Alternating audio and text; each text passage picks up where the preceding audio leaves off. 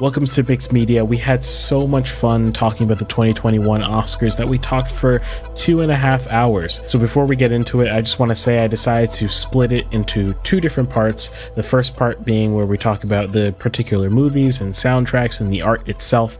And the second part where we talk about the Oscars in general. We have our little rants and things and opinions about the movie industry. This is part one about the actual movies. So yeah, enjoy. And welcome back to Mixed Media Live. We are so excited for our special edition episode on the Oscars, the 2021 Oscars.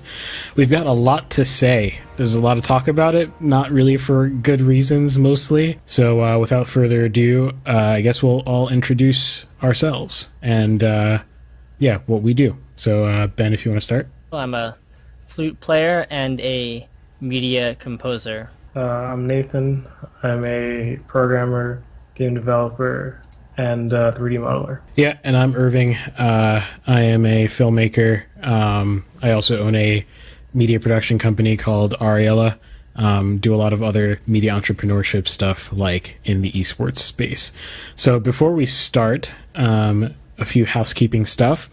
So if you want to follow us on any platform that you think that we might be on, you'll find all of our links to all of our platforms on the link on the screen on the whiteboard there, ariella.co/mixedmedia. And so what happens with these streams is they get taken down right after we're done, and then I go in and I edit out all the embarrassing and or bad parts. I do a little audio cleanup as well. So if you want to see all of the embarrassing parts right after we're done and not have to wait until I finish editing, maybe by Saturday or Sunday, you got to follow us. You got to follow our page on Locals, which is mixedmedia.locals.com. And there you can join for free. And I post the link to the stream there where you can immediately take a look at it. If you so choose, and it's not a requirement, you can also support us because we're growing. And I think we are on a good path. We hit our 5,000 views milestone in less than 50 days, which I think is extremely impressive for a channel that has less than 50 subs. So we're doing really good in terms of providing people interesting content. And so if this is your first time here, you can be part of this podcast. All you have to do is chat. And Nathan will be monitoring the chat, and he'll inject your voice into the podcast so you can join the conversation, and you'll be part of the final conversation. And so why wouldn't you chat?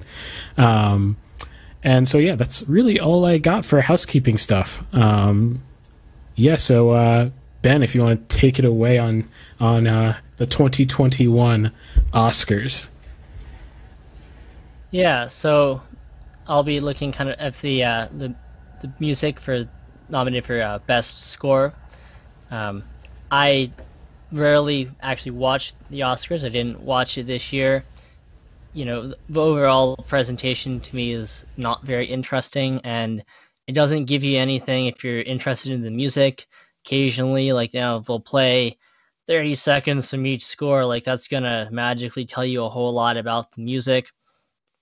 You don't get to see any of their decision making, why they picked what they picked. It's not really that interesting. So what's interesting is the music itself. So I decided I was going to listen through all 5 of the nominated scores, and I've only seen one of the films. So, you know, that can color how I, you know, hear what I hear, I suppose, for better or worse. Sometimes, you know, music isn't so great on its own, but is really good when it's tied to the picture. But normally I find there's kind of a correlation where the music's boring, the film's boring, the music's great, film is also great. So, you know, take everything I say about with a grain of salt. Again, I don't know exactly how music matches with the picture, except for Soul, which I have seen.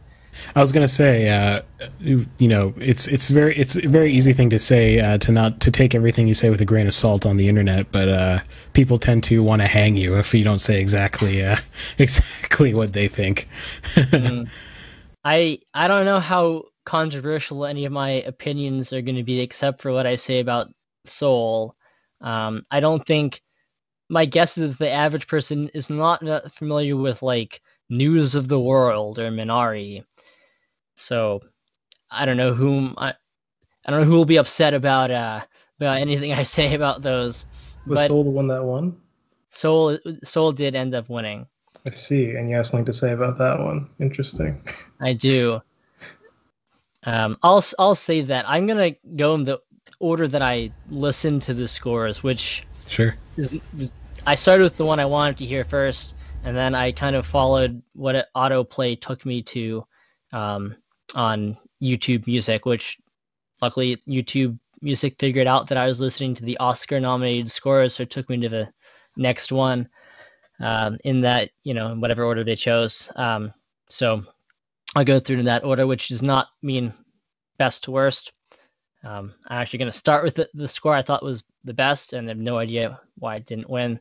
Yeah, so I'll jump in. So the first score I listened to, The Five Bloods by it's a Spike Lee film, and music by Terrence Blanchard, who's not exactly a film composer. He's more of a, I guess, trumpet player, jazz trumpet player, but he is kind of Spike Lee's guy. He's done pretty much all of his films since, I want to say, the 90s.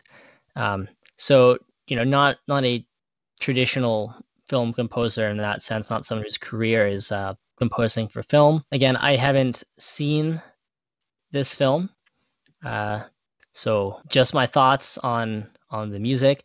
I decided to go with this one first because in the film composing community, this is the score that I've heard the most about. Most film composers are talking about how great it is, so I figured I would listen to that one first.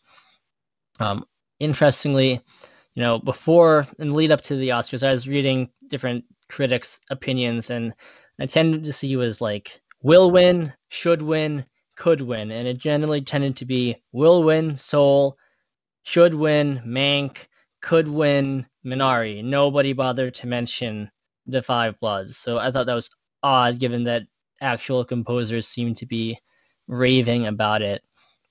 And my overall takeaway from is that I think actual composers are probably right. This is definitely the score that should have won. So my understanding of the film is it's kind of about 5 or 4 African American soldiers who fought in Vietnam, and it kind of goes back and forth between then and 2019, 2020. And they go back and try and find the body of their lost squad leader, and it's definitely commentary on Trump and other civil rights icons and stuff like that. And it's also a heist movie. That's sort of my understanding of it. Is it based off of a true story? I actually know nothing about that movie.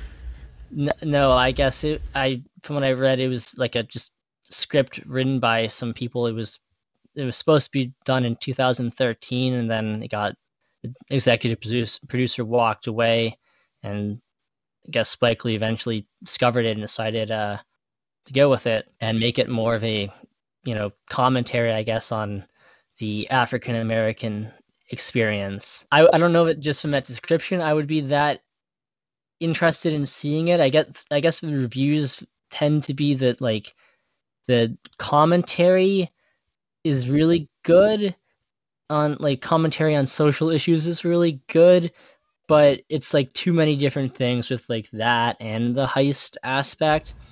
So I don't know. Again, I don't know if I would be that interested just from reading reviews of the film itself, but the music makes me really interested in wanting to watch it. So that's a really great quality.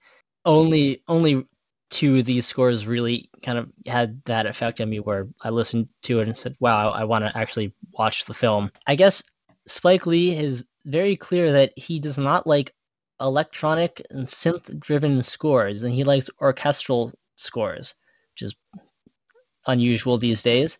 I'm not sure that there's anything electronic in this score. There might be if I listen to it again, but it's pretty much all acoustic instruments, maybe electric guitar, I guess, probably, but I don't know.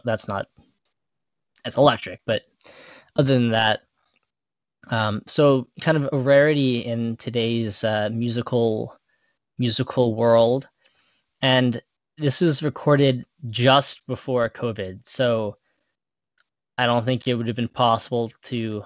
Might have been. Mank shows that you can do some interesting things even with no one in room together, but I don't know that it would have been possible to do this score in COVID.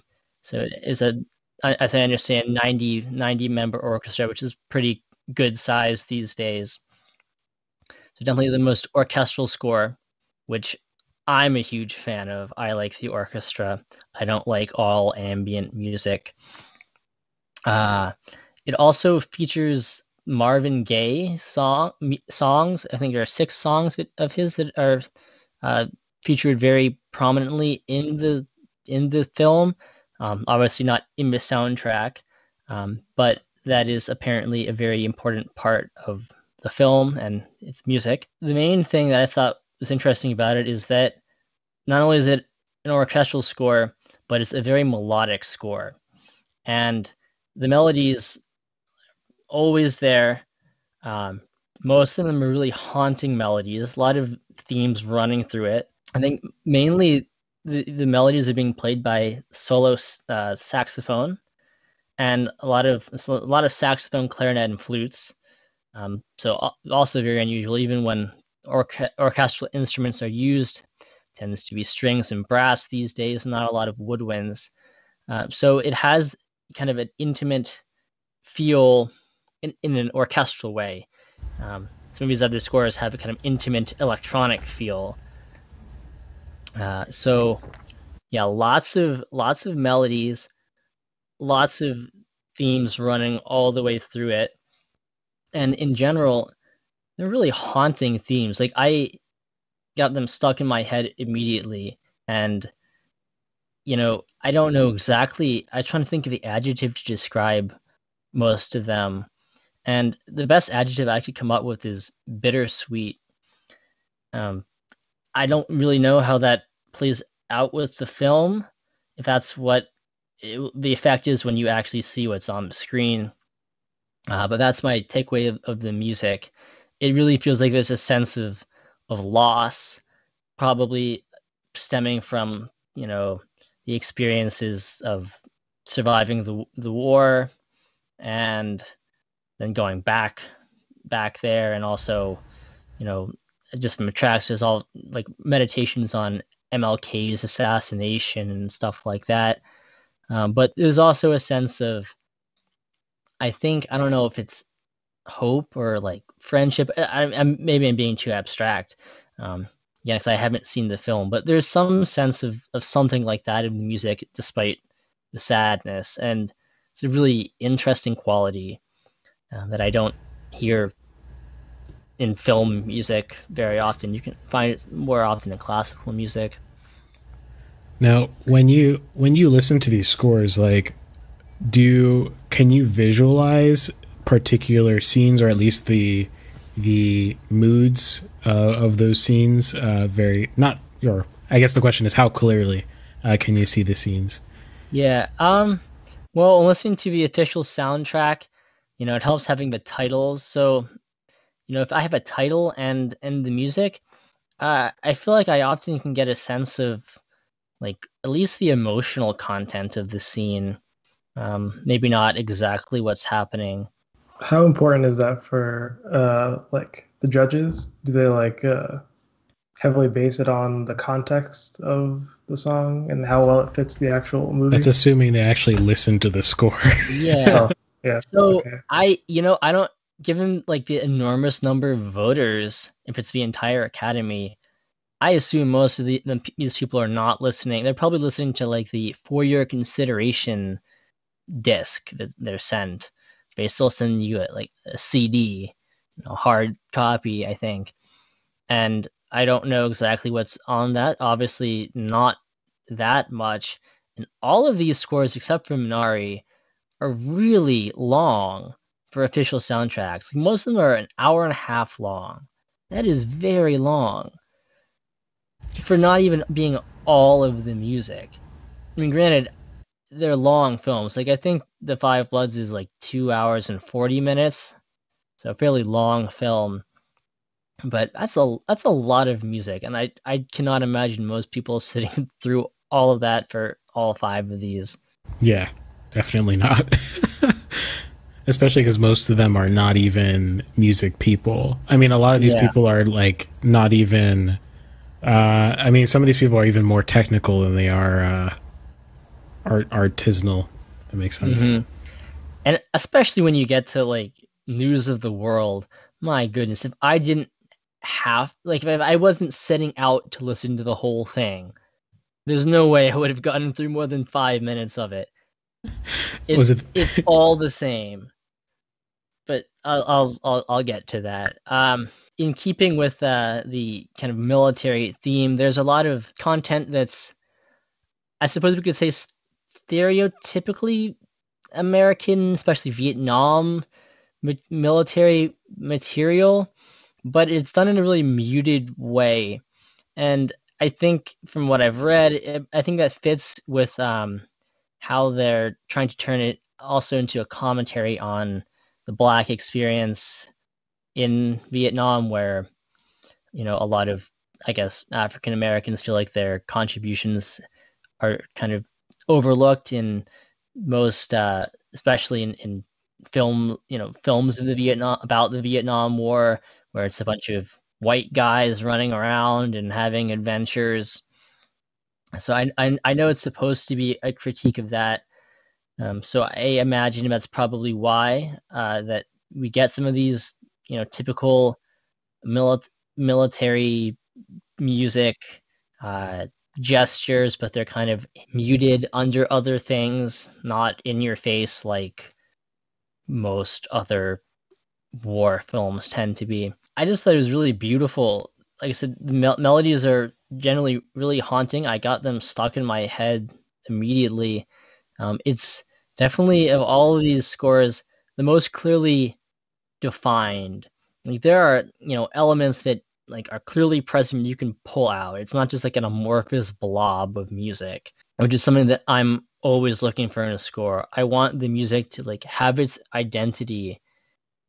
You know, I like music that is independent of the film, that it is telling the story. It's not just like kind of irrelevant background element to the story. It's actually got its own way of expressing something. And it definitely is the best out of these 5 films at doing that. You can identify what the themes are. You can identify how they're changing. Yeah, I found it really the most engaging and interesting score. I want to see the film just because of how good the music is. Music leads me to believe that the film is probably better than the descriptions I make it sound. Yeah, so that's the score that should, I think, have won. I don't know why it didn't win. I don't know why even the, you know, critics in the papers and web reviews didn't talk about it at all. Clearly not getting enough love. I would venture to guess, because The Five Bloods came out like earlier in the film cycle, right? It came out, so people don't even remember the film exists, guarantee, because these people have fish brains. So they probably just don't even remember. Like they look at the film, they're like, "That's a quirky title," and they just don't even remember that Spike Lee made it. And the second reason I'd probably give is because like people probably don't listen to the soundtrack separately, and Soul is a little bit more recent, and they probably just assume it's better. I don't know. They want to put something down, so they put that down. I don't know. Yeah, well, are you forced to vote? I don't know, actually. I don't think so, actually. You're not forced to vote, but people If are... you don't know, then just don't vote, right? Hey, people are not forced to vote in the United States either, but many people vote in the United States who don't know anything. So it's same thing. I guess. I don't really get why it's so compulsory. Yeah, but okay, at least in the United States, there's this pressure of like, you must vote, right? Does anyone in the Academy go like, hey, I see you didn't vote, like... Probably not, but I'm gonna you know, shame you you now. probably want to feel like you contributed to film history. Yeah, you have the power to vote, so you might as well use it. Might Why as would well it? just listen to like an hour and like whatever of like soundtrack, right? I guess it's multiple, but I mean, how they know like well in advance, right? What movies are going to be there. You listen to like part of a soundtrack a day. It's not going to take that long, you know? Nathan, there are some actors, I guarantee you, if I asked them what was the last film that they watched, it would be something from like 2018. Like some people are just very disconnected from what they're even doing. Yeah. Like they show up to work, they do their thing, and they're not even like they're not actually like the in it for the art's sake They're necessarily. just good at it. They are just good at it. Exactly. And it pays the bills, so it works. So the next one I listened to was Minari, which it's the shortest one. It's only like 35 minutes official soundtrack. So that one you could definitely knock out in one sitting. Um, this is by Emile Mosseri. I believe that's how you pronounce his name.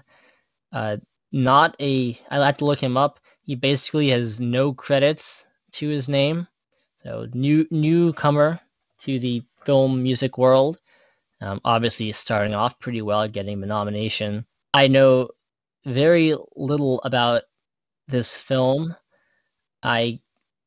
My understanding is that it's about I think some immigrants from Korea who go to live in the Ozarks and are trying to, I don't know, make a living in the harsh landscape. Something like That's that, I my think. understanding of it.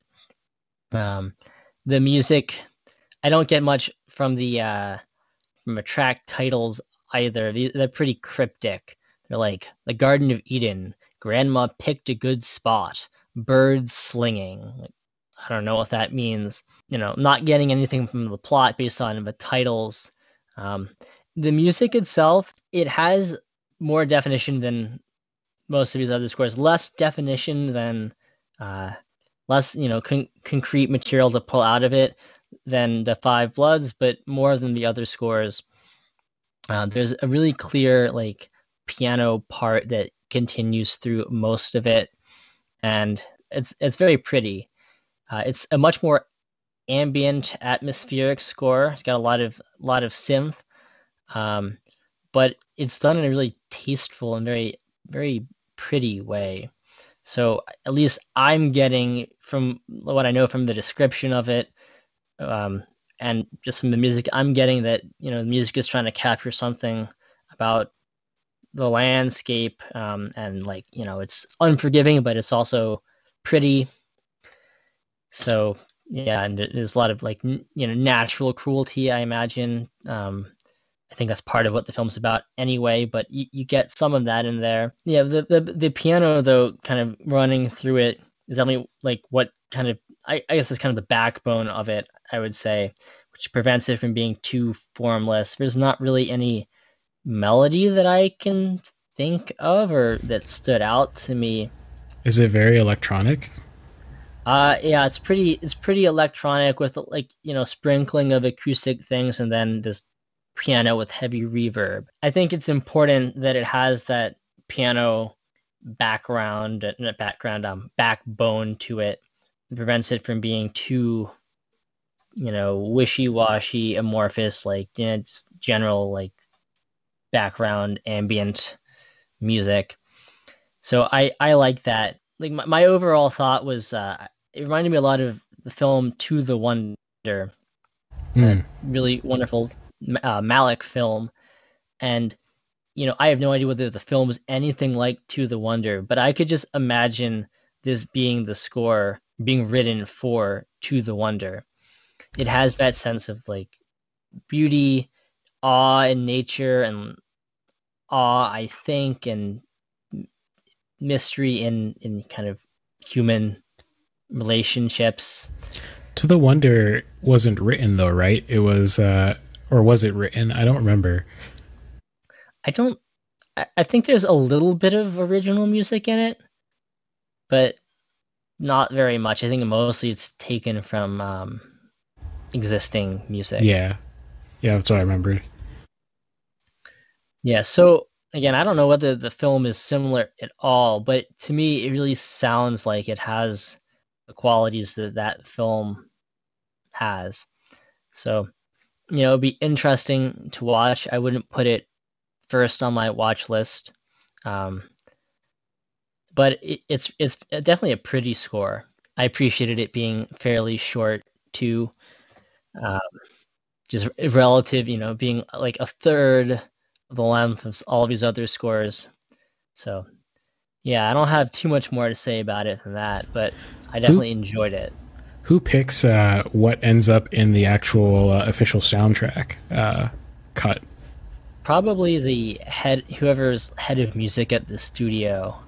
Third film I watch is, unfortunately, this is the worst out of all five. It's News of the World, which is composed by James Newton Howard, who, if you heard my 3 reviews for those 9 reviews in 9 minutes, you know that I'm not a huge fan of his music generally. He's done some really good things, but those were about 21 years ago. I really liked his music as a child to Dinosaurs. That's about the last thing I can think of that I've really liked by him. This is pretty much typical of his music these days. All I know about the film is that it's apparently about, I think, a Civil War vet who finds some like Native American girl, and he decides to take her across the country to find her family, and there's some, struggles against nature that they encounter. Ben, I follow film news, and I actually don't remember hearing of the film until you put it in our Discord, and I was like, oh. And then I looked at the Oscar list again. I was like, oh yeah, there it is. I don't think I've ever heard of this. I probably have. I just forgot that it existed. I don't know. I had not heard of it either. I don't know if it's a testament to like the few scores and films in general that came out in 2020 that this made it in as one of the 5 nominees, or what. But it's pretty bad. Again, I don't know anything about whether the film itself is bad or not, but the music does not deserve to be on this list with any of these. And most of these are not like great, not 5-star scores. This is way below all of them, though. This is like a half star, maybe at best. How does he end up on such a small film though? Like I know that he's not the greatest composer, but he's definitely like he's far into his career now. Yeah, I mean he's AAA guy. I mean he's done lots of big things like Fantastic Beasts. I don't know exactly how he ended up attached to this project. It's just incredibly bland. There's absolutely nothing in this. I mean, you can listen to the first 10 seconds and you've got the hour and like 10 minutes. That's it. There's nothing else. Nothing distinctive. The only vaguely melodic thing in there is something which is clearly meant to be like a hymn, church hymn of some sorts, but like, obviously a fake one, but it's not even done well. It's clearly he was asked to write a hymn that sounds somewhere between like Amazing Grace and what's it, like something that's not a hymn, like Alleluia, like the pop song. Like I think I see what you're saying. Yeah, like not even like actual. It sounds like those two things are like just thrown together, and that's like the one melodic thing that occurs like maybe 3 times in the film, in the score. Pretty terrible. Like if you're gonna, come up with a fake hymn of some sort, write something that actually sounds like a hymn. It doesn't sound like you've thrown 2 not unrelated things together. It's a kind of fundamental skill as a composer to not write something that's real, write something that sounds like it could be real. Don't actually put a folk song in your symphony. Put something that people will listen to and say, is that a folk song that I know, or is that something that I don't know? And, do it that way. It's especially important as a film composer. Don't actually write a real mariachi band tune. Write something that sounds like it could be. This is his best attempt at writing a hymn. It's pretty bad. Yeah, there's literally nothing to latch onto in the ambient music that just is there. It's incredibly empty.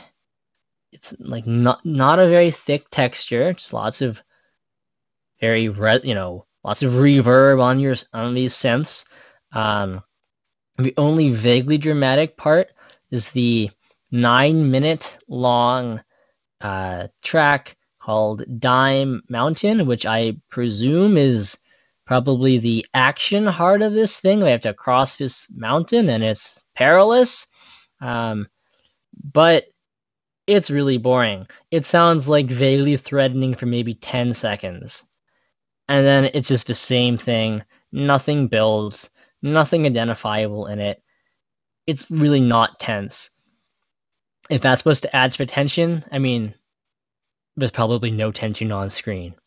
That's just my assumption. There are like a couple of pretty chords in it, but that doesn't make a good score. Having a couple pretty chords somewhere in your atmospheric synths. Again, I don't know how this thing got nominated or ended up being one of the 5 finalists. I have no idea.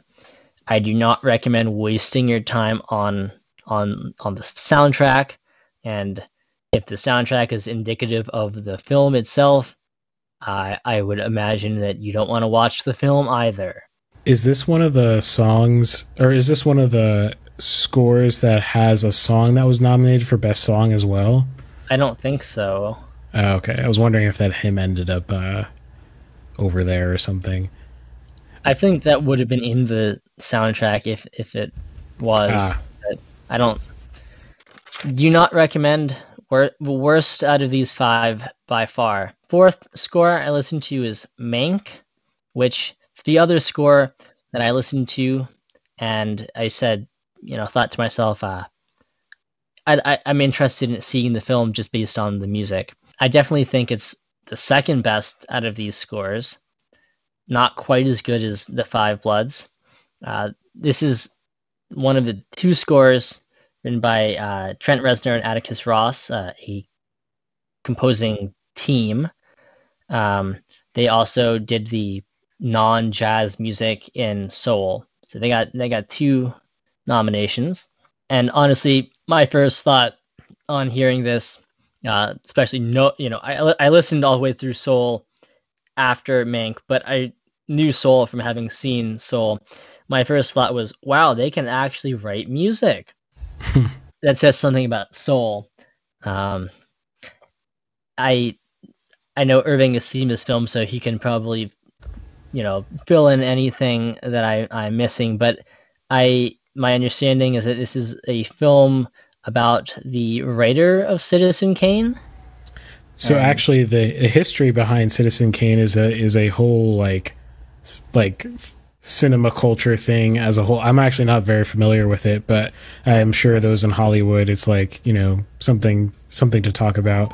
But just for those who don't know, the writing of Citizen Kane is disputed as to who actually wrote all or parts of Citizen Kane. The movie takes a very hard stance on it, so it does, it follows who I think it might be the most popular pick for who actually wrote Citizen Kane, and follows his story of finishing that movie. Yeah, I mean, Citizen Kane itself is a great film and a really important film score. Reznor and Ross were apparently charged with writing a period score, something that would sound like 1940s jazz Hollywood in particular, but as if it were avant-garde at the time. You know, I definitely get the period score vibe from it. I think they do that fairly well a lot of times.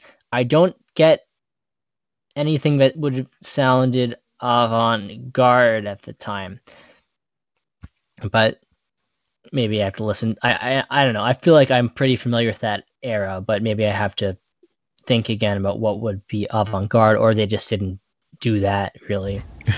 It's kind of a mixed score. I think I was saying this earlier to Irving, but the first like quarter of the soundtrack and the last maybe 2 or 3 tracks are really good, and the rest of it is pretty forgettable. It's much like the actual film. Yeah, we were talking about that earlier, but like the first third of the film is really charming, is the word I would put to the first third of the film, and the last 10 minutes of the film is really sweet, I guess, is the way I'd put it, or at least, yeah, I'll go with sweet. Yeah, that's pretty much exactly how I would describe the music too. At least it sounds like the music is following the film there. When it's trying to be, I think, sincere. I mean, obviously I haven't seen it, but when it just judging on the titles and just the way the music kind of sounds, when it's, I think, trying to be sincere, it's really good. It has that charm, has that lightness and kind of sweetness to it. When it's not, most of the middle of this, and it's really long. It's like almost like I think it's about an hour and 40-minute soundtrack. So I noticed I actually noticed very much that like music is present in almost all of the film, which is very noticeable, and it's pretty loud, I would say, actually, in the mix.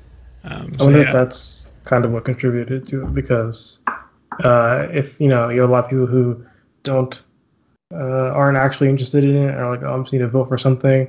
They're like, oh yeah, I remember the sound of this one at least, because it was loud and it happened all the time. So yeah, so like the bulk of the middle of it is kind of lifeless 40s Hollywood jazz.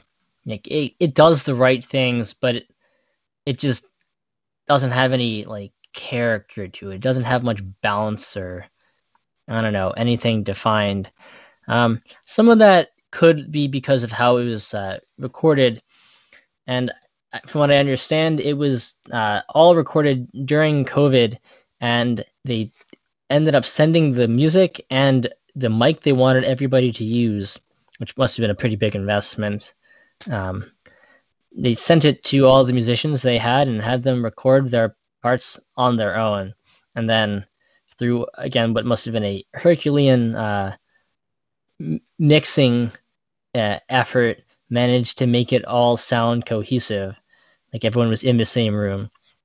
So I imagine that might contribute a little bit to like some of the lifelessness, but if I'm going by Irving's analysis, it doesn't sound like that portion of the film was that memorable anyway. So I don't know. Obviously, pretty remarkable feat though, just to get something to sound so good with people just recording it by themselves in their home. So I will definitely give it that. There are some really beautiful moments in it, especially at the beginning and the end. And it does get really big, which none of these other scores really do. That's something I personally like. I like when music kind of steps into the forefront a little bit, but I couldn't really tell just from the score whether that was out of a sense of like, well, they would have been big here in the 1940s, so we have to be big now, or whether that's just like the direction they would naturally have taken it. I can definitely see that that's kind of, it felt like they were trying to reproduce what movies were like back then, and so that definitely contributed to the way they mixed it and conceptualized the music, I would say. Okay, yeah, so that makes a lot of sense. I really liked lot of those more sincere, intimate moments, especially the beginning and the end. I really found it interesting that it uses a lot of alto flute, which is not a terribly prominent instrument. One of my favorite. I love playing alto flute. Might be my favorite instrument to play out of all my flutes. So not an instrument that normally gets the spotlight. It gets a pretty important role in the score. Yeah, I guess there clearly is like a main theme that gets changed. It evolves. It's not the most easy to like latch onto, but it's certainly there. So I'd say it's overall probably the second best score. I wish the bulk of it had been a little bit more interesting, but just the really awesome stuff at the beginning and the end of the soundtrack makes me want to watch the film. So the last soundtrack for Soul, which, as we know, ended up winning. And the music is done by same people as Mank, the team Reznor and Ross, and with jazz stuff by jazz pianist and band leader John Baptiste. And I'm a huge fan of John Baptiste. Fantastic musician. I love all of his stuff. And he does a lot of great stuff in this film. The piano teacher, main character, when he plays the piano, it's actually motion capture of John Baptiste's hands. Wow, that's crazy. I did not know that. They wanted to, I guess, give it like the emotion and feel of a real jazz pianist playing it. I like that. Yeah, I think that's really cool. What he does in the score when he's, does the piano stuff that the main character is playing, or just all the jazz music that is there, like all the diegetic jazz music of jazz clubs. All of that stuff is fantastic. And I guarantee you that the film won the award because of that. I doubt they're thinking of the contributions of Reznor and Ross, because that is some of the most boring underscore I've ever encountered. When it's not jazz by John Baptiste, they have the most boring kind of bouncy poppy synths that characterize the, like, I guess you call it the afterlife. The film kind of goes between like the real world and its style of animation and the afterlife and its kind of cartoonish style of animation. Music kind of matches that. I guess that's in its favor, that it kind of goes into this weird, non-gritty, very artificial, like I said, bouncy and poppy ambient synth stuff. So I guess it matches that, but it is some of the most forgettable stuff. I mean, I thought it was incredibly bland while I was watching the film, and re-listening to it, I'm like, why am I wasting my time listening to this? It would be interesting if some of the material from the jazz, like actual diegetic jazz, made its way into the underscore.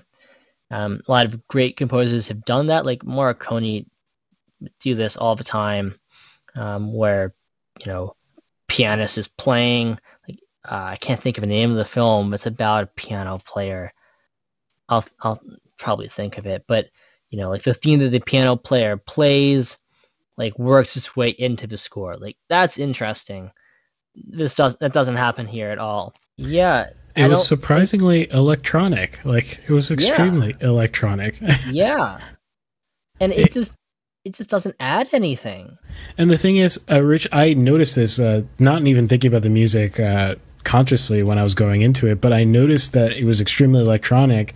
The first time we depart from the jazz and go into like it's like jarring, like, because, I mean, I don't know. I feel like even some, average moviegoers will definitely notice the weird shift. And I thought initially the reason why was because we were in like the afterlife area, and I thought they were trying to go for something like that because it's more of like a techno-y kind of feeling to the way that area was designed.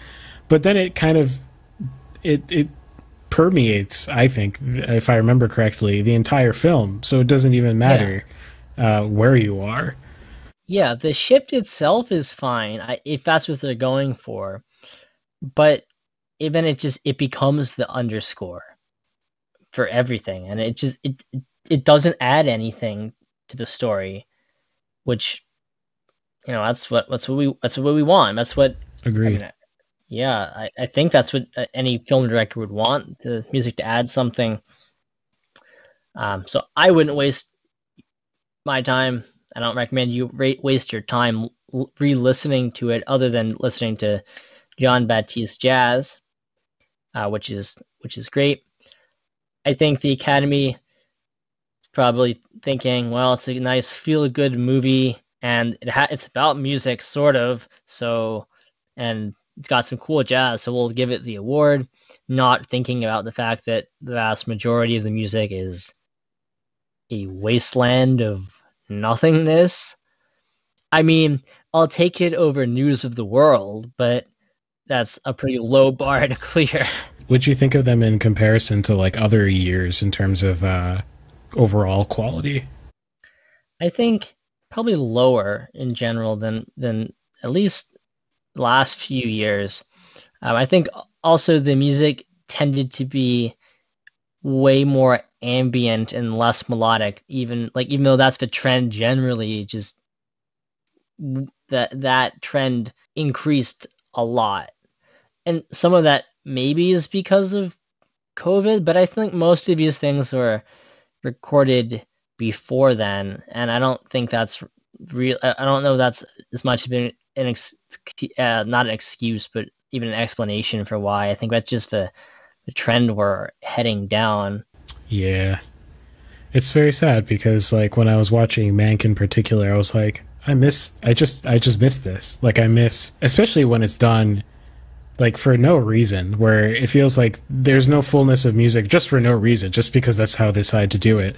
I feel like there's a tool missing, in the voice of a lot of films because of it. There's just it's basically not there because it just does enough to cut off the edge of a silent if there were no music, but it might as well not be there otherwise, with a lot of scores these days. Mm-hmm. Yeah, and that's why I'm so that's why I'm so interested in watching The Five Bloods, because it's definitely I imagine that the music plays an important role there.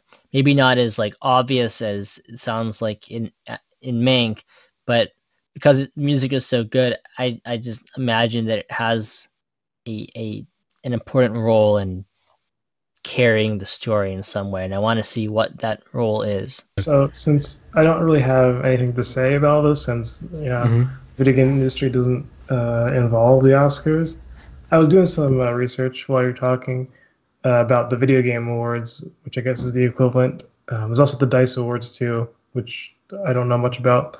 And apparently, the Video Game Awards have more viewers than the Oscars, despite it being only 6 years old at this point. Not surprising. So the numbers. So this doesn't give like the full history. It goes from 2016 to recent. So from 2016, the Video Game Awards had only 3.8 million. At this point, the Oscars got 34.4 million views, right? Now, I'm going to talk about... So I think the Oscars happened at the beginning of the year, right? Not the end? Yeah. So like we had the 2021 Oscars, right? Not the 2020 Oscars. Yeah. Just now. Mm-hmm. Okay, cool. It's the opposite for the Game Awards. It's so we had the 2020 awards, but regardless, I guess the most recent one, the Oscars only had 9.8 million, while the Video Game Awards had 83 million, making it almost 10 times the view count. I mean, you can see there's a big drop because probably COVID. There are no movie theaters. No one really knows. That's not really the reason. Because of that. Well, it's been going down, to be clear, but that's like the biggest drop by far. Like it's not COVID. So 2014 still. is 43.7 million. Just right? being bad. And then like, what did you say? It's still not, the sharp drop is not necessarily even because of COVID either. It's because a lot of people just straight up decided not to watch it. See. Putting my ear to the ground, people were purposely skipping the Oscar. I not purposely. I haven't watched the Oscars in a few years now, just because it's just been getting bad. I'll talk about it in my segment, but it was kind of asking for it, in short. See, yeah, well, it went from 23.6 million to 9.8 million in a year, which is less than half. While the Video Game Awards went from 45.2 million in 2019 to 83 million, which is the most recent one, the 2021. That's pretty crazy. So yeah, that's my research. Yeah, it's well, first that's one of the reasons why I'm getting into the gaming space on the esports side, because it's going to explode even further, and I think it's going to be a cool place to be. But like, it's just sad, man. Like, it's just absolutely sad what Hollywood has become in general. It's been Hollywood has never been the glamour that it pretends to be ever, but it hasn't been this bad. At least in recent generations, it has been this bad for a long time. So we'll see if we can survive this one. But yeah, if you are still listening at this point in the podcast, I just ask that you subscribe, because if you're here, what is it, like 40 minutes into the stream or something like that, you should subscribe if you're on YouTube, and you should follow us if you're on Twitch. And we're on all podcasting platforms. So if you want to look us up on iTunes, Stitcher, Google Play, Spotify now too, all these platforms, just look us up. We'll be there. So yeah, with that, I'll jump into my segment. I could talk about a whole bunch of other stuff, but I want to get into the actual films, because again, that's the most important thing at the end of the day anyway. And I think I'll start with Mank, actually, because it relates to Hollywood, because it's about Hollywood. And it's not surprising at all if people don't notice the patterns for Oscar nominees for Best Picture that this film was picked. There are a few things. One, it's a director who is pretty acclaimed, so a recognizable name, so David Fincher. Two, it's about Hollywood. Hollywood loves films about Hollywood. This has just been forever.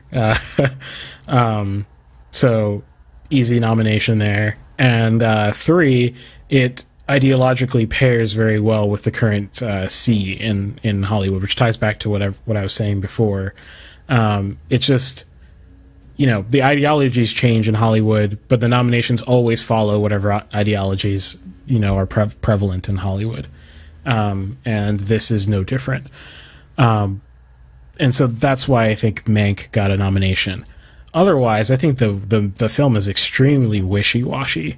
I'm a David Fincher fan, so it's not for lack of wanting to like the film. I wanted to like the film, and in fact, a lot of his style in like the 1940 setting is actually really nice. Like I never thought David Fincher and 1940s-esque film could ever go together, because he's a very digital, very VFX oriented, very he has a great interview where he talks about his camera movements, and he loves to do very robotic camera movements on purpose, because he likes the camera feeling like I forget the word he uses, but like a basically like an otherworldly being, and he likes drawing attention to the camera and likes drawing attention to the camera moves.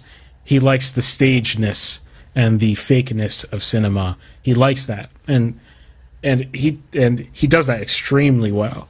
I love it. It's great when he does it, and it actually works really weirdly enough very well in Mank as well. I thought it was going to be very strange to see very robotic camera movements in black and white in the 40s, but it wasn't at all, actually. It was extremely engaging, the camera work. That aside, the writing was the problem. So, and that also very surprising, because David Fincher is explicitly a Shakespearean writer, and his stuff tends to not have typical writing problems that other things tend to have. So because of it, because I think he understands act structure and story structure very deeply, and it's a very underrated thing to understand for even the most famous screenwriters. But this took a 3-act play, or a 3-act screenplay. Like when I say 3-act, I don't even mean like a good 3-act structure. I mean like a Marvel-esque like 3-act structure, where the middle just has problem after problem after problem, because you don't think of the middle, you think of it as the middle, as in how to get from point A to point B, not as like more journey in between. And it just has that problem in terms of like it doesn't feel like the film knows where it wants to go. It just wants to get to the end, you know? And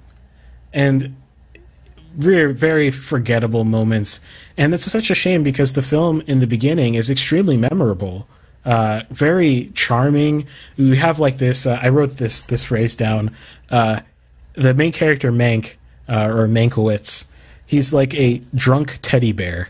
And that's like literally, he is literally drunk most of the movie, and he's kind of like a teddy bear. He has that sort of like silly fool genius sort of like quality about him that is extremely charming. Gary Oldman did a great job. Gary Oldman did not look like Gary Oldman to me at all. So makeup and effects, great job. But also he disappeared behind the character, very much so. I think he really cared about this role. So good job on Gary Oldman. And so the character is extremely charming, and the story behind this sort of lore behind the making of Citizen Kane, also very charming to see on the screen, and it's important to Hollywood culture, and so yeah, I enjoyed that aspect of it. So yeah, but the movie, despite basically making its premise about the creation of this script and getting this drunken fool to finish this script, and he's essentially is at the behest of Orson Welles, who is portrayed as this evil credit stealing, like literally like twirly mustache kind of thing going on. Not literally, but like, I mean, if that was in there, it would make sense. So he's sort of like sold the rights over the screenplay to Orson Welles, and so Orson Welles has a vested interest as well in getting him to finish the script, because this movie needs to be made. So that's all well and good.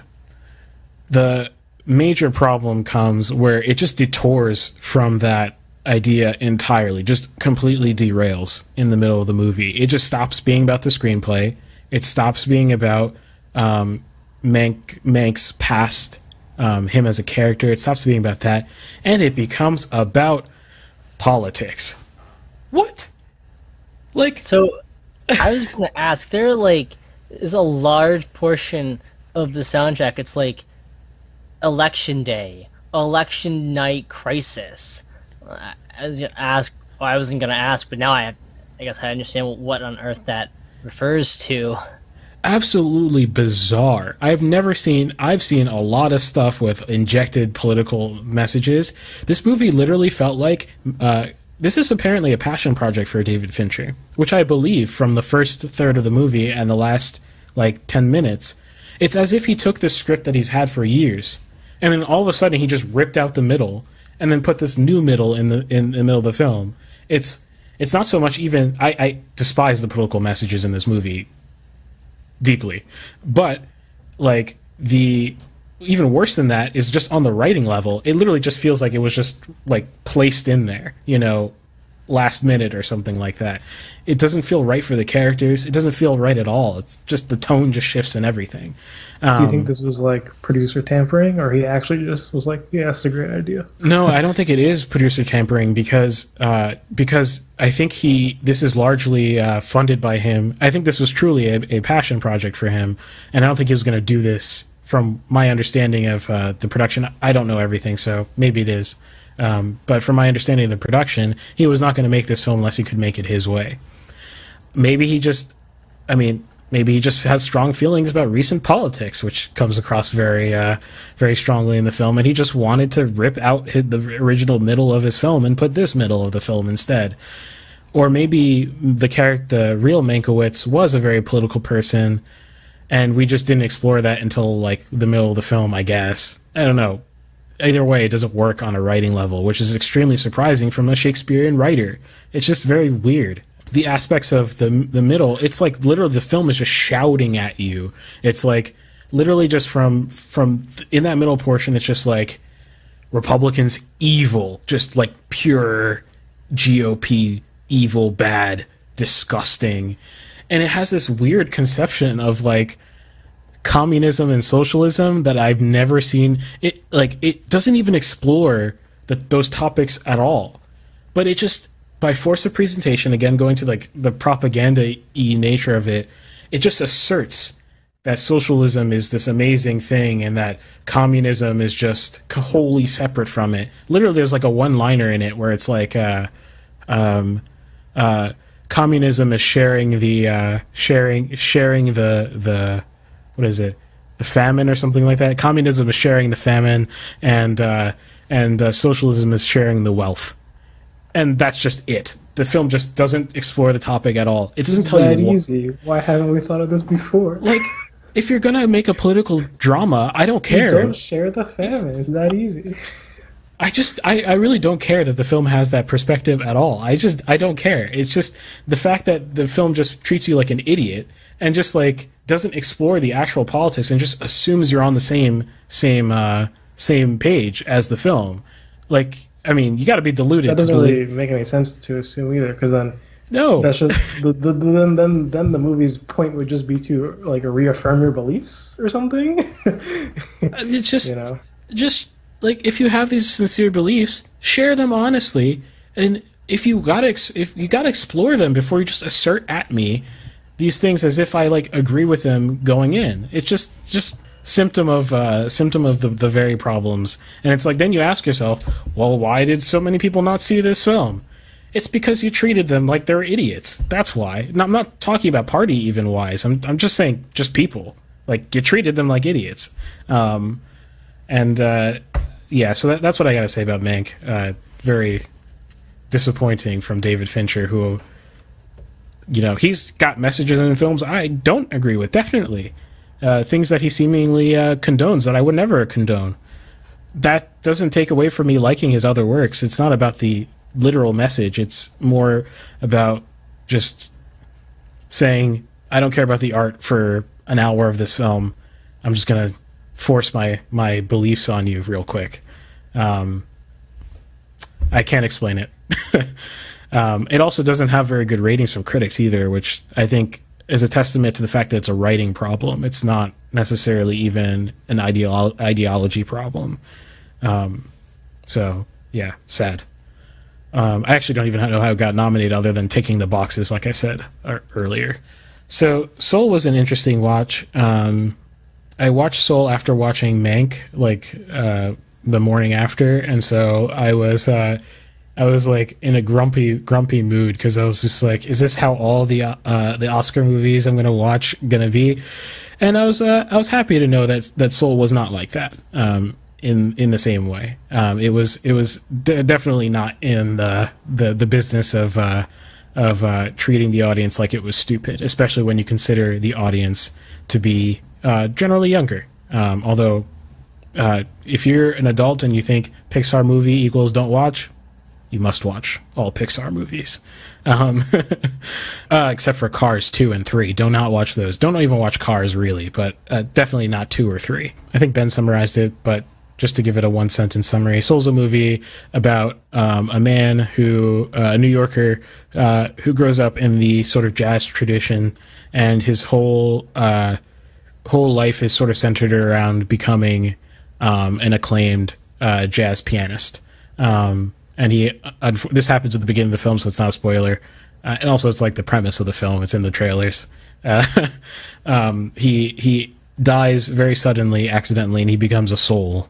And I won't go into more of the plot details. I'll try to avoid it. This movie, I think, is a lot better than Mank, for sure. Definitely would rather watch Soul anytime versus Mank, especially the middle portion. But I also thought it was like sort of a middle of the road Pixar movie overall. I wasn't thoroughly impressed with it. I also wasn't like, it was good, so I enjoyed it. I don't know that I'll be thinking about it that deeply beyond watching it the first time. So why is that the case? And yeah, what's in it? One of the things I kind of missed about in this movie was that it lacks the luster that a lot of Pixar movies have in their animation, and I understand why, because of the story kind of necessitates that it's very realistic in terms of its depiction of real life, because that's what it's about. And so I understand why, but it's also it just kind of hurts me to not get beautiful, expansive scenes out of Pixar, which I know they're capable of doing. So yeah, that was one aspect I was kind of missing.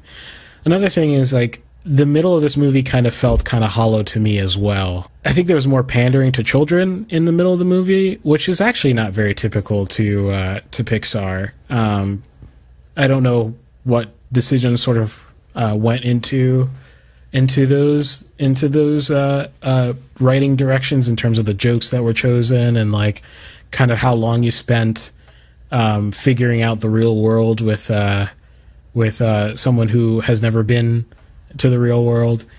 I just I don't know. It could have been slimmed down by maybe like 10 minutes or so. Could have been shaved off of the runtime, and it would have felt a lot better in its pacing to me. I wanted there to be a lot more musical moments in the film, actually. So I agree with Ben on that. But yeah, absolutely.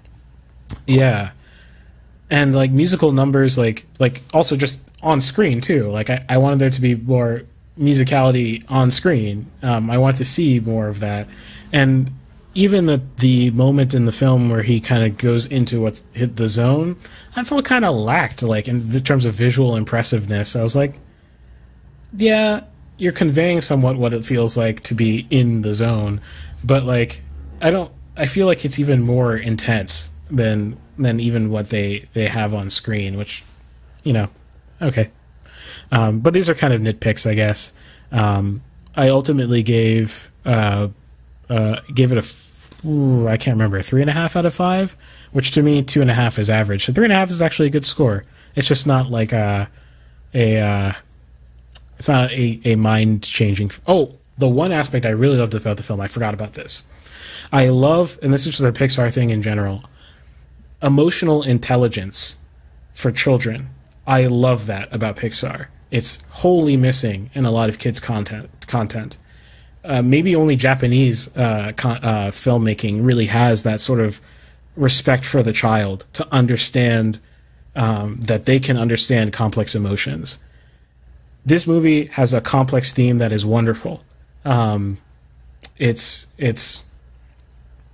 got this idea that is really adult, really, about what your purpose in life is, how that interacts with obsession, how that not even just obsession, but even just like there's a lot of mantras that we have these days about gotta do what I am built to do no matter what. This film, with a lot of emotional intelligence, covers the topic in very good detail, and for that, I definitely will consider showing my children, future children. I don't have children right now, but future children,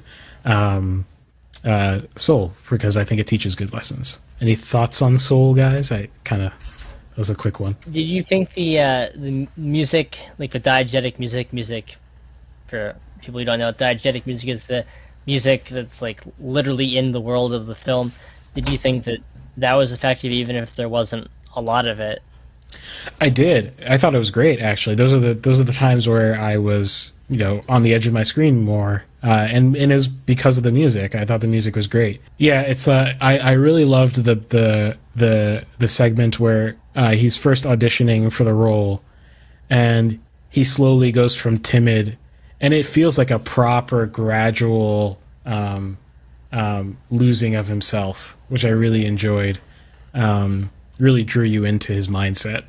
and who he is as a character. Also, this film has a protagonist that is deeply flawed, which I really enjoyed for a children's film. That requires an emotional intelligence to understand. Yeah, I definitely agree. He's definitely a flawed character, and I agree that the John Baptiste and his jazz playing him and literally his own hands playing it is what gives the movie its soul more than just like the messaging. Oh, last thing, the sound design, actually, I thought was extremely stale. I don't know if I've never noticed that in a Pixar movie before, that the sound design is extremely clean and, like, kind of, I don't know, just felt lifeless. Maybe, but, like, I guess it became extremely apparent because it's New York. I live in New York, and so I know what New York sounds like. And it sounds it has a lot more sounds than were in the film. In fact, it was very stark feeling. But maybe I'm just noticing this for the first time in Pixar films, that they don't tend to do very deep sound design, which maybe I feel like they should have, at least for this film, which is also about music. It's like, it just feels like, I mean, New York even has a musicality to it. You kind of tapped into that as well, like the sounds of New York, But yeah, kind of disappointed on that level too. The last film was Nomadland, which is the one I watched the most recently. I enjoyed Nomadland a lot. I don't know if I would put it in the same echelon as other Oscar-winning Best Picture films, but I think that's more of a personal preference thing than it is the overall skill shown through the film, because there's a very skillfully done film. Very hard film to make, I would say. Deceptively so. Nomadland is about a 60-some-year-old woman, I think she's in her mid-60s, who has a recently deceased husband, and whose town essentially becomes a literal ghost town. Not literally ghosts, but, there's no one there anymore. It actually loses its zip code because no one lives there anymore, because it used to be a manufacturing town. And this is during the Great Recession, during like the middle of the Great Recession. So her husband used to work there, and she married him at a very young age, and they end up leaving, and then he ends up dying from unrelated causes, and she ends up alone, essentially a nomad amongst this nomad culture of the Great Recession era, where you're going from seasonal job to seasonal job because there were no full-time jobs available, essentially. You're living out of a van, not even an RV. You're literally living out of a white van, and you're going from place to place. Very interesting culture that I've never seen before portrayed in cinema. So very unique, very cool to see that. And very honest filmmaking. Just very down-to-earth, focused on people, focused on reality, and I actually don't know much about the production of this film, but I can tell you how it was produced. From just seeing it, very much produced how Terrence Malick would produce a film.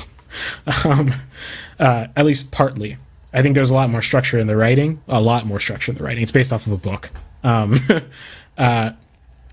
But in terms of the actual filmmaking, literally, there was like a crew of maybe 4 people, probably, and there was the camera operator with a gimbal of some sort, and they were like, we're doing this scene, it's about this, generally speaking, maybe there's a few lines of dialogue we have to hit in order to progress the story, but other than that, have at it. This is a beautiful landscape, beautiful time of day. They always, in Nomadland, they always pick very distinct times of day to shoot in, whether it's golden hour, or it's dusk, or it's dawn, or it's noon and it's stark. They pick very distinct times of day to film in. They don't tend to pick like the pleasant, like not the pleasant, the typical outdoor hours when you have productions that are scheduled.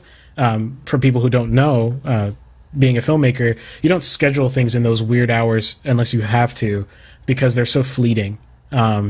So if it takes you too long to set up or whatever, you want to be in a time of day where the shadows don't move so much that your shots look weird from take to take or anything like that. So to shoot at very particular hours tells me probably a lot of this was just them literally on the road in middle America, just like like, look, the sun, it's beautiful. It's a beautiful day outside. Let's get this shot done. Very awesome filmmaking. And I actually really enjoyed that it was a lot more structured than a Terrence Malick film. For this story in particular, I love Terrence Malick. I watch Terrence Malick, amazing filmmaker, very big inspiration. I really enjoy this more structured approach where we get this very clear progression, but each individual scene is not necessarily focused on progressing the story. Very natural. So really enjoyed that. Also, very charming actors. The lead actress, I'm going to forget her name. She's very famous, and I feel stupid for forgetting her name. She was the lead in Fargo way back when. She's great. She won the Oscar for Best Actress, and I can definitely see why from her work. Very great stuff. Extremely engaging people. They just feel like real people. They trip over their words.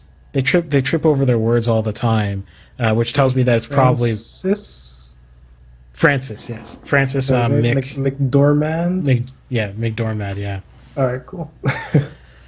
The actors trip over their words. They step on each other's lines, and it's because I think a lot of it's improv, and you don't hear that a lot, even in very down to earth cinema, because it's hard to write that, or it's hard to get an actor to purposely mess up a line. Even the idea of that gives me anxiety as trying to even direct that. I don't know if that's possible. Yeah, it's a very honest look at Americans just trying to make it. Film doesn't have any forced messaging at all. It's just, Americans trying to figure out a way to feed themselves when they're making basically no money. There's this beautiful interlocking themes of there's just a lot of interlocking themes about being in that stage of life where most filmmakers aren't. Chloe isn't in that stage of life, so it's incredible that she's able to capture it so well. Being a widow, trying to get over that loss, feeling like you're always a common thing is that she feels like she's still married. It almost becomes oppressive, but not in an ideological sense, but just it's something she needs to get over as a person, and move forward, as we all do when we lose someone. So there's this other theme too that's running throughout it of when it's okay to let other people into your life and how much. And it's not just the main character who has those questions too. Clearly, there are other characters in the film who are also exploring that, because a lot of them are alone, because they're also in the same stage of life where they also are widows, let's say, or their children are all grown and they don't really want to associate with them as much anymore. And so they're trying to figure all their stuff out. And there's this great interplay between the main character and this older man as well, who I think is a widower, who you could tell the hole in his heart is not having anyone to care for anymore, not having a wife to care for anymore. And that's the void that he's walking around with. And so when he interacts with this main character, he's often trying to use her to fill that void, but not in a negative sense. Not he's not patronizing at all. It's just, he likes her, as a person, and you can tell that he wants to put her in that missing hole in his heart. And she's got her complexity with her old marriage, which kind of interestingly interplays with that. So very great storytelling. My biggest complaint with the film, which is why I gave it a 4 out of 5, which, very, very good score. Score. But what I would say ultimately was my biggest problem was the pacing. Really indulgent, but in a way that I think Malik's cinematography is just that much better. It's just a case of superior photography in terms of his ability to keep you captivated with really beautiful nature and landscape shots and really indulgent moments with actors doing twirls and things like that. Malick gets a much better pass on that. Whereas, like, I think in this film, a lot of these shots aren't as beautiful, but they're also remind me that a lot of Malick's shots actually mean a lot too in the context of the film. And these, some of them, they linger in a way that doesn't really add anything. It's like, okay, we're lingering here, but all it's doing is dragging down the pace. So I would probably cut down, especially at the end of the film where we're finding closure with her character.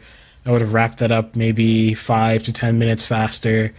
And in the middle of the film, I probably would have had maybe 10 minutes, maybe even up to 20 minutes less of like self-indulgent photography. Other than that, great film. And I think I can see how it won the Oscar. And I think not enough people will see it, unfortunately. A lot of that has to do with Hollywood. A lot of it has to do with the way people are talking about the film, which is not about the film, which is sad. Yeah, that's my thoughts on Nomadland. How's the music in that? Oh, very stripped down, mostly focused around piano and a few strings, if I remember. I think very suitable. There are a few moments where actually I caught note of it in a very particular way as effective, where the piano was doing this sort of repeated melody over this montage. And initially I was like, where are we going with this? Because I was like, the music and there's music, there's this score, and there's also music diegetically in the movie, and I was like, ugh. And then there was like this nice fitting that happened with the editing where the repeated melody would happen in between sort of the diegetic music, and even though they opposed each other musically, they didn't fit. It felt right for the moment. Yeah, you make me interested in watching the film. So yeah, it's not long, even though it's an hour and 45 minutes, I believe. So it's not that long, but it feels like it feels like 2 hours and 5 minutes is what it feels like. Which it's like that's a lot of time. Like I was saying, it's just like the pacing and the lingering and the self-indulgent shots wasn't all the time adding to the story.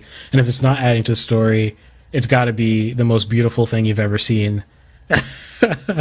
And it's not really that either. It's very beautiful, don't get me wrong, but it's got to be Malick levels of gorgeous photography for me to see something that's completely unrelated and say, yeah, that can be in there, whatever. So, yeah. And she edited the whole thing herself, which I was shocked to read on the IMDb page. So that's crazy. Very indie production. Can appreciate an indie artist winning freaking Oscars. Like, that's amazing. So good job on her. I was going to say I hope she has a good career, but the next thing that's coming out by her is a Marvel movie. So, or a TV show. I think it's a Marvel TV show. I don't know how many episodes she had. Did they grab her after the Oscar thing or before? They always do this. I guarantee you it's because she can be negotiated down to a lower rate because she's new. That's one. 2, she can be bullied because she's new. So she can be told what exactly needs to happen. She's controllable, etc. 3, she ideologically aligns with them almost certainly. She doesn't make a big deal out of it, and she doesn't just go into her work or anything like that. But she aligns at least enough for them to tell her to do things. And 4, because of her skin, is worth money to Disney. And don't get me wrong, it's great to see an Asian director doing great things, but I will say it's because she's an amazing artist, and it's not because of her skin making her valuable, which is what everyone else wants to make it about. Did they get her to agree to do this like before she got the Oscar? Yeah, it seems like it had to have been because it's already in post-production. So I would assume, so it has to be before the Oscar. I don't know if it probably is before the nomination as well, I would assume, because of how long these things take to make. She also is not completely new. She's this is not her first film or anything like that. She's made 2 or 3 other features, all of which are critically acclaimed. They just didn't reach the success or notoriety that this one reached. So I assume Disney was looking at her again, like I said, as a easy low bid on a director, so that they could. They don't hire big name directors to make Marvel films. They just don't. Typically, there are a few, but they don't typically do that. Probably because they're expensive, is my guess, and they're not as controllable. They actually have a dog in the race, which is their reputation. We hope you enjoyed part 1 of the podcast. Part 2 will be coming out in a few days, and subscribe, follow to stay tuned to see when part 2 comes out.